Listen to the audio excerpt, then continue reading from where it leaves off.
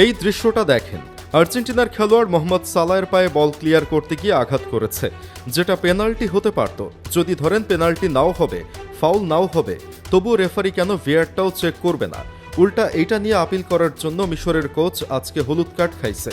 অথচ একই রকম এক কাণ্ডে কিন্তু মিশরের গোল বাতিল হয়েছে। 2 নম্বর গোল বাতিল হওয়ার পরে 5 মিনিট পর এসে জানা গেল এটা ফাউল ছিল এবং গোল বাতিল হইল। তাইলে আইন কি শুধু দুর্বল দলের জন্য? বড় দলগুলো কি আজীবন এরকম বেনিফিট পেয়ে যাবে? কি ঘটেছিল ম্যাচে? রেফারি আজকে কেমন পারফরমেন্স করলো? আসুন একটু দেখে আসি।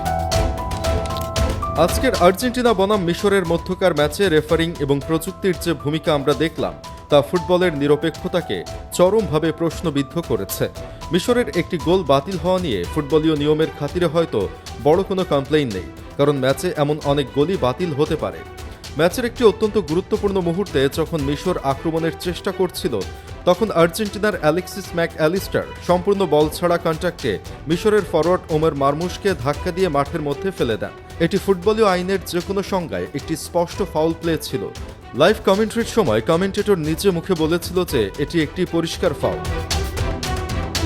ঠিক এর পরপরই মোহাম্মদ সালাহর সাথেও পেনাল্টি বক্সের কাছে একটি ফাউলের ঘটনা ঘটে।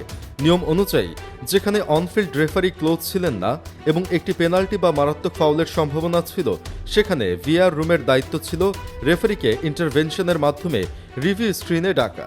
কিন্তু অত্যন্ত রহস্যজনকভাবে ভিআর এখানে সম্পূর্ণ নীরব ছিল। কেন তারা রেফারিকে সাহায্য করল না, তার কোনো সুনির্দিষ্ট বা যৌক্তিক কোনো ব্যাখ্যা নেই।